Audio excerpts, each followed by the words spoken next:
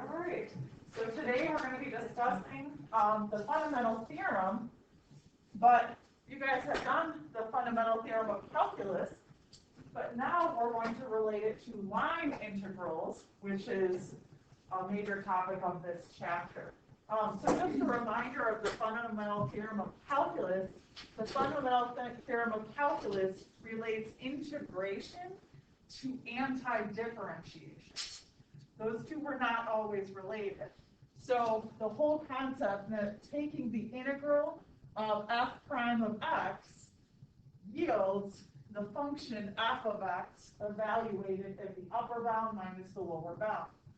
That's the fundamental theorem connecting differentiation with integration, which geometrically is kind of, you're talking about finding area under curves and then connecting it to instantaneous rates of change.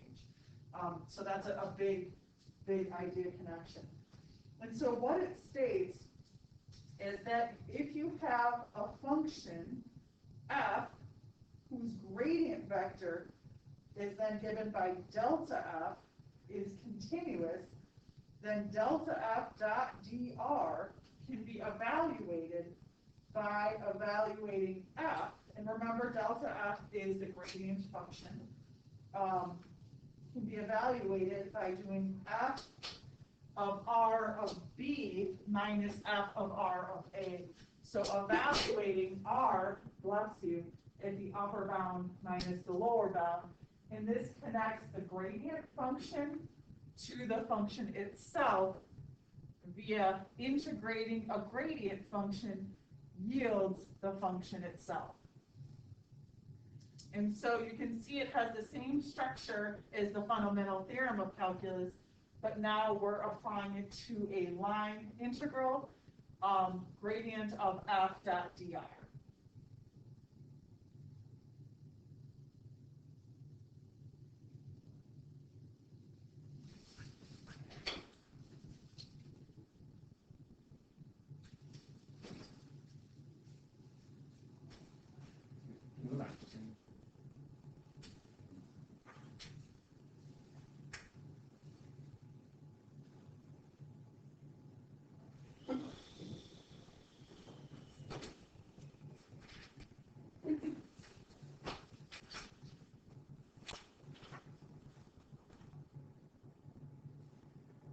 All right, so we're going to evaluate the integral of the gradient function dot dr given f and given our starting point and ending point.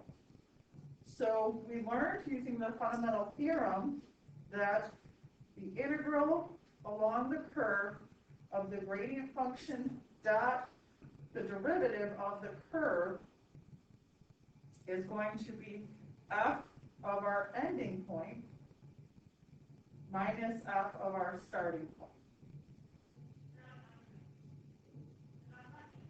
So because we know the antiderivative, we know what f is, we can then just evaluate it at the starting point subtracting, or the end point subtracting off the starting point. So let's do this. So f of 2, 1, negative 1 is given by the definition of the function. So we have cosine of 2 pi plus sine of pi plus 2. So that's just going to be 3 because sine of pi is 0. Cosine of 2 pi is 1. And then we're going to subtract off, evaluating at 1, 1/2, 2, cosine of pi plus sine of pi over 2 minus 1. So that's going to be negative 1 for cosine of pi, positive 1 for sine of pi halves, and then minus 1. So that's negative 1. So in summary, we have 3 minus negative 1, which gives us 4. So if you know the antiderivative, f you can fairly easily find that integral because the integration has already been completed. Questions on that? So the important idea from this example is that we didn't need to know the path from the start point to the end point to get the answer. Notice we didn't have to pay attention to the curve that connected the 2 points or the segment that connected to 2 points. It didn't matter what path there was, you'd always get the same result. In the first section we talked about line integrals, this wasn't true.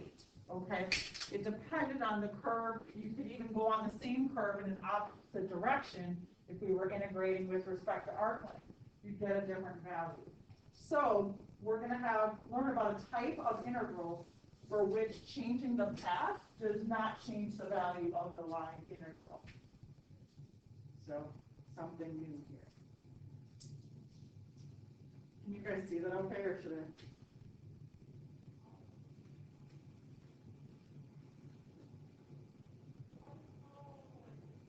Okay, so here are some definitions.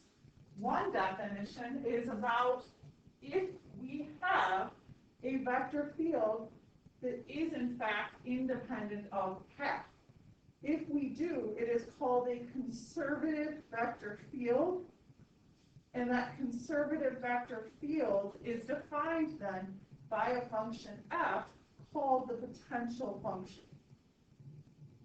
So if there is a function where f, the conservative vector field, equals gradient of f, where f is called the potential function, that means you can use the fundamental theorem on it. So that's going to be a special kind of vector field where path will not matter, okay, where you can use the fundamental theorem. So f.dr is independent of path if you get the same value as long as you have the same final and initial points. Okay, so that's what we call independent of path. And here are some definitions just having to do with the paths. So a path is considered closed if you end up where you start. So there is a closed path. We start and end on the same spot. It is simple if it doesn't cross itself. So a simple path could be this.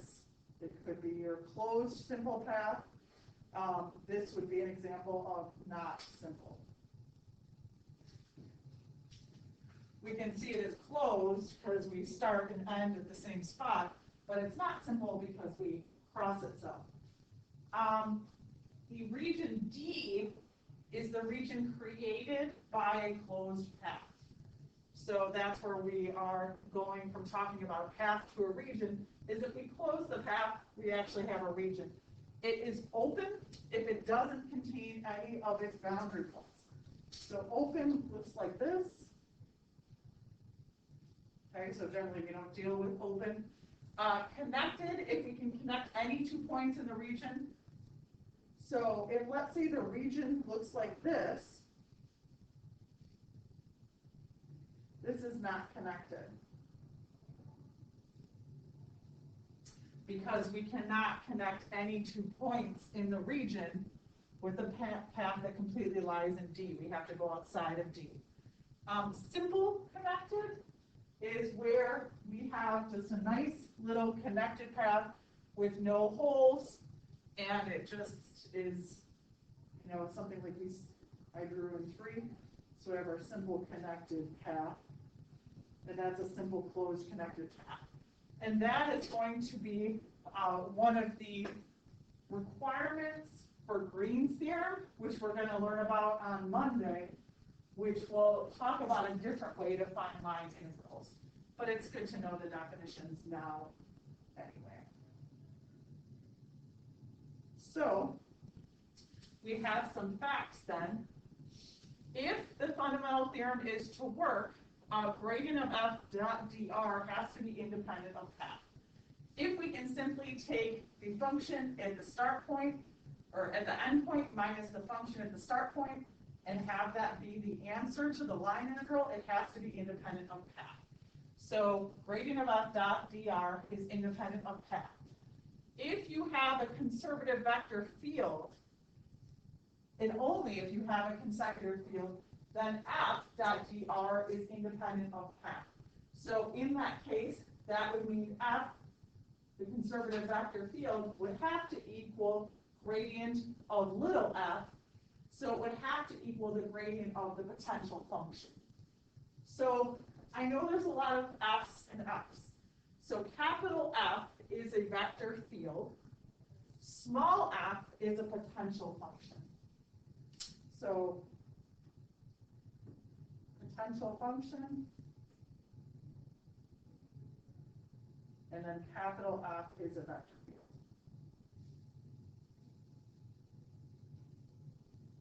And if the vector field is the gradient of the potential function, you know that it must be independent of path. You know then you can use the fundamental theorem on that.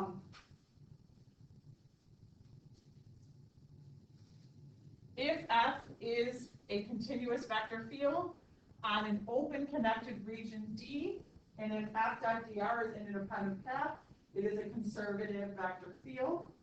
So that just kind of says that in reverse. Notice, if you have a closed path, so I did a little sketch here of a closed path, that means the line integral must be 0 because you start exactly where you end. So that would mean your beginning point and your end point are the same. So when you use the fundamental theorem of calculus, it's f of a point minus f of another point. And you can see then it must be 0. And so you have that truth. And also, if you know f dot dr is 0 on a closed path, then it must be independent of path. So that's just stating the other direction of that fact. So it goes both ways. Questions on that? Daniel? There's some specific, like way to tell immediately if a function is independent of path, or is it something else to find out? Okay. So we're going to look 2 different ways to do it. They both involve either partial derivatives for Xavier, or it involves some integration. So I'm going to show both. So let's take a look here. This is one way to show that you have a vector field that is conservative. And I don't love this way just because, while it's efficient, it is not super indicative. I don't know, it's not very intuitive of what is actually happening. So just a reminder, vector fields, P and Q are the functions that define the direction that you go in the x, and Q is the direction that you go in the y. And so this involves doing a partial of P with respect to y and seeing if it is equivalent to the partial of Q with respect to x.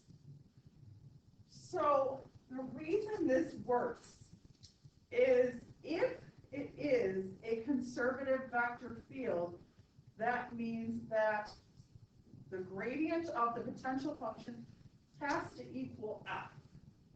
Okay?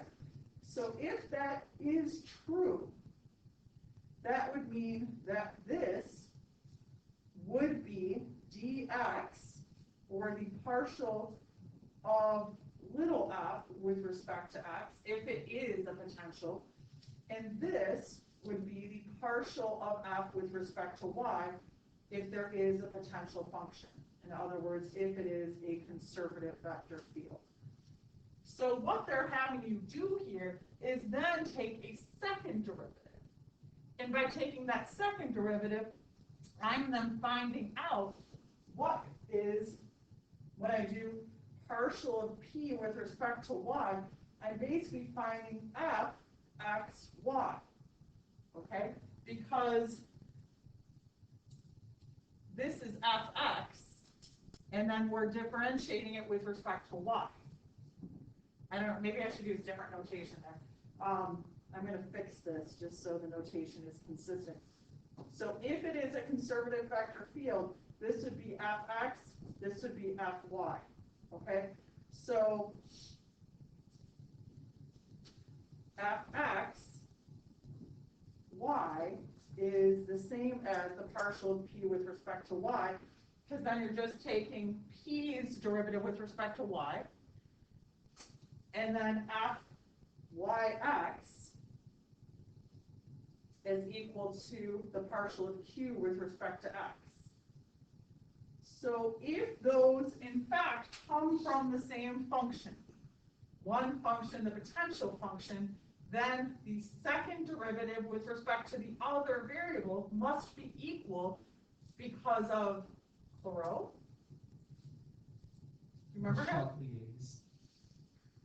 Not Fubini, because Fubini was integration. I believe it was Clairaut. So fxy must equal fyx. So this little theorem is utilizing Clairaut to show, yeah, it has to come from the same potential function if this is true. Now, is it true in this case? Is partial p with respect to y equal to partial q with respect to x? With all my talking, did anyone check it?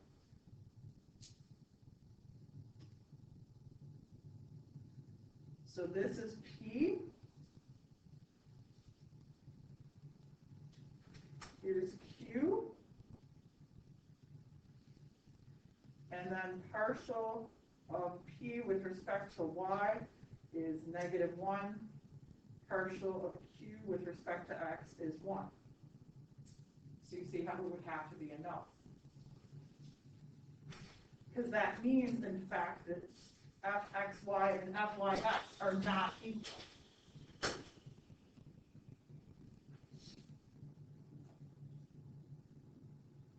Okay, so that's a no.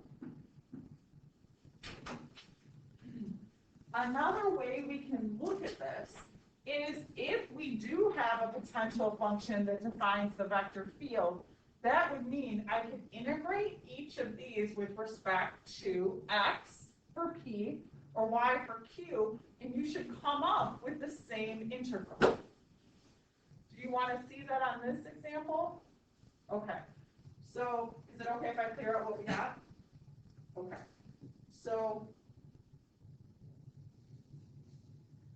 again, we proved it, but this is just another way to look at it that's a little more related to the concepts that we're doing.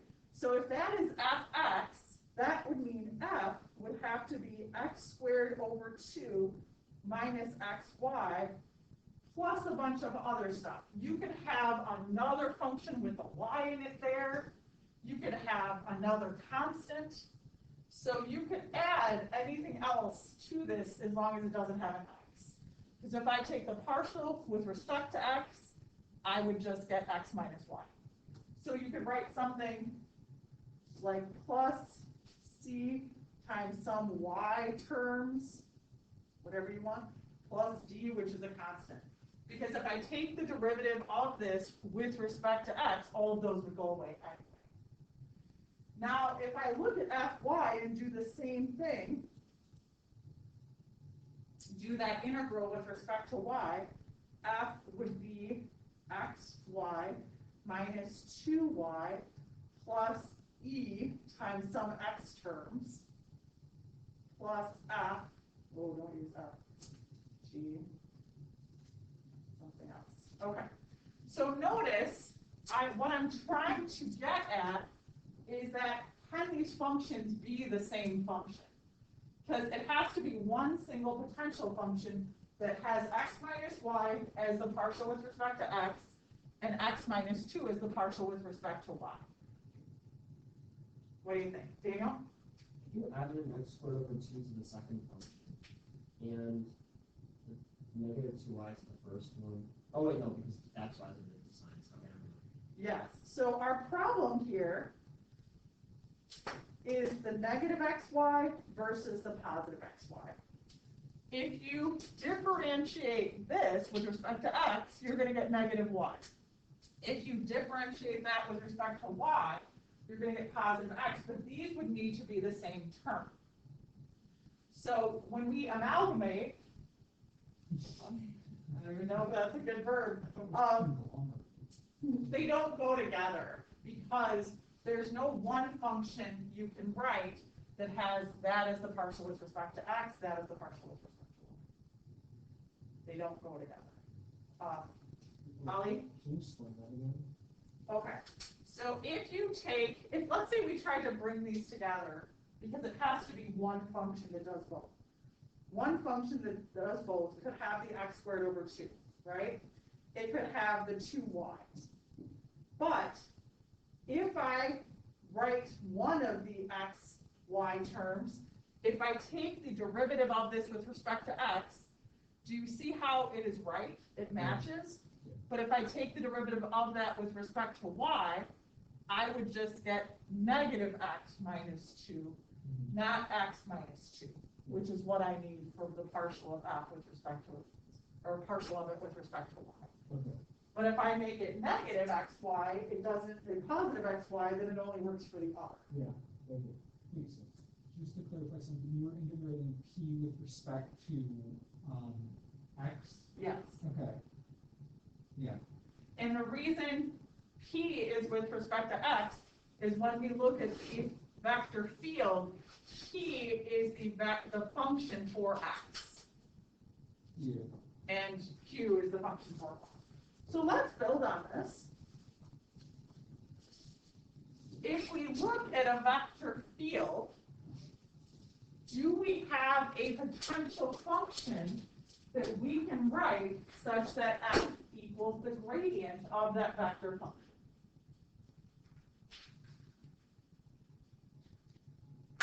So let's try it. So this would be dx. So taking the integral with respect to that, with respect to the x, we get 3x plus x squared y.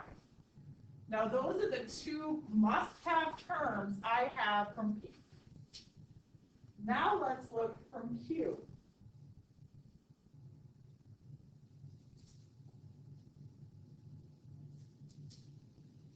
From q, which is dy, if I integrate that, I'm going to need an x squared y for this first term. Well, I should write a y in there.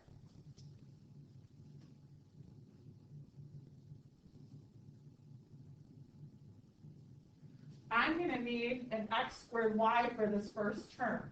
Do I already have that covered? Yeah. So I'm going to just outline that in green to show you, oh, that's that. I'm gelling with that. Now, I think I made that really worse.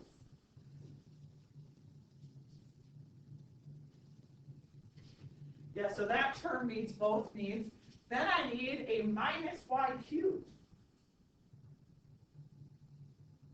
Is that minus y cubed going to mess up my dx?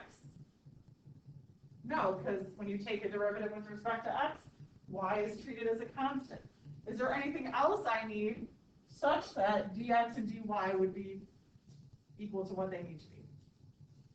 No, and you can write plus c, but the plus c isn't really going to matter because when we use the fundamental theorem, now that we have the f, we can use the fundamental theorem. The c's will just cancel out because we're taking definite derivatives. All right, questions on that?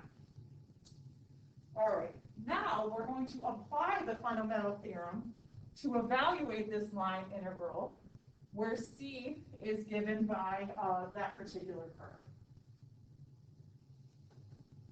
So we know that the integral f dot dr is equal to the integral along the curve c, the integral of the gradient function of the potential, the gradient of the potential function, dot dr, which is equivalent to f of r of pi minus f of r of 0.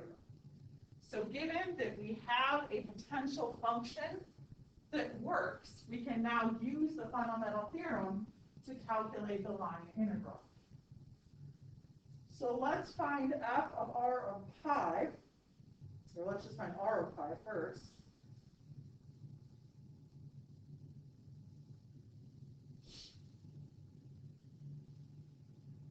So is that saying you need a t? Yes.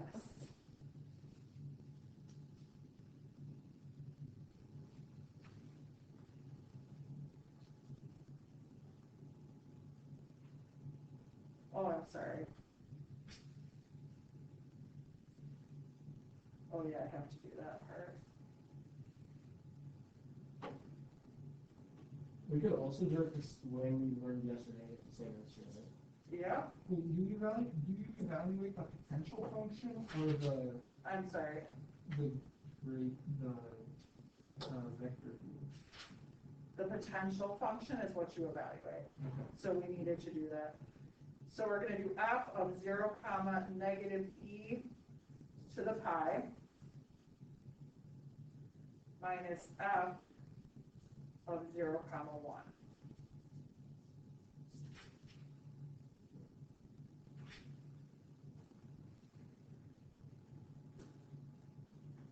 And we have f of xy, which is what we calculated in A, equaling 3x plus xy minus y cubed.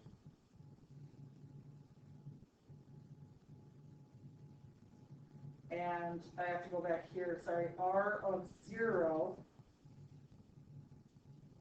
is going to be 0, 1, and r of pi is going to be 0, negative e to the pi. Sorry, I left those off. So evaluating r as the end point, or the starting point and the ending point. And then what I'm going to need to do is calculate f of the end point minus f of the starting point to use the fundamental theorem. Okay? So you wouldn't be able to do this if you didn't know that the function was conservative, right? Correct. Yeah. Michael? What does it actually mean that the function is conservative? It means that it doesn't matter what path you take in the field, the line integral is going to be equal. So the work will be the same that's achieved from one point to the end point, regardless of which path you take. If it's a straight line, it's a curvy line, so independent of path. Okay, so let's calculate f of 0, comma, negative e to the pi. Oh, thank you. Add that puppy in. So that's going to be e to the 3 pi.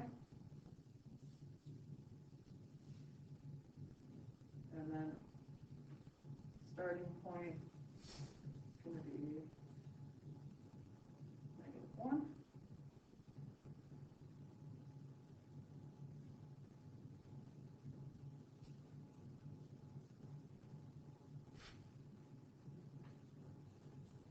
Yep, and are you guys okay with my evaluation of the starting and end point along the curve? I just kind of wrote those down. Okay, so I had to find the starting and ending point along the curve, plug those into our potential function, and then finally, I can utilize the fundamental theorem and just do f of 0, comma, negative e to the pi, and I get e to the 3 pi, and then minus -1, so I get e to the 3 pi plus 1. This only works if you can prove that it's conservative. Yes.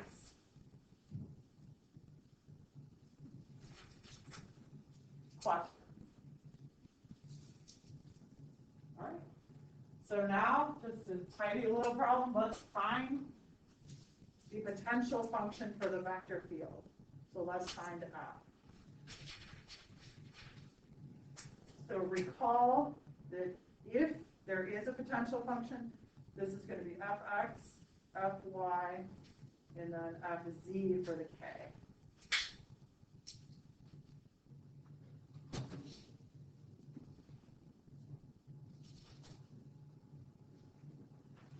So let's integrate that with respect to x.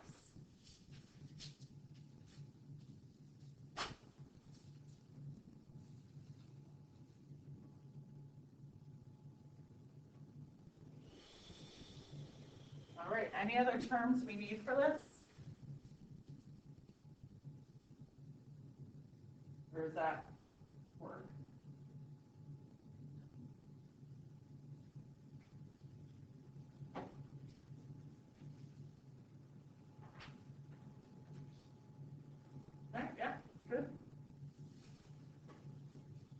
And see, the partial of that with respect to y would be fy, and then same with z. So does every vector field have a potential function? No. Okay. A counterexample would be the first one we did, where the partial of p with Oh, yeah. respect to y would not equal the partial of q with respect to x. So if you can't write one, then it's not conservative. Michael? So you can't actually really use the first thing that we did to find the potential function, right? Like when we found that they weren't equal, the partials. Right, then your whole rail to the potential function will fall apart because it doesn't have one that will make the coefficient or the function for the x component, the fx, the function for the y, the fy, it's just not going to exist. What do these vector fields even look like that are conservative? That's a good question. I don't know, we could try graphing one. All right, I'm gonna put up the homework and stop the video, do a little investigating.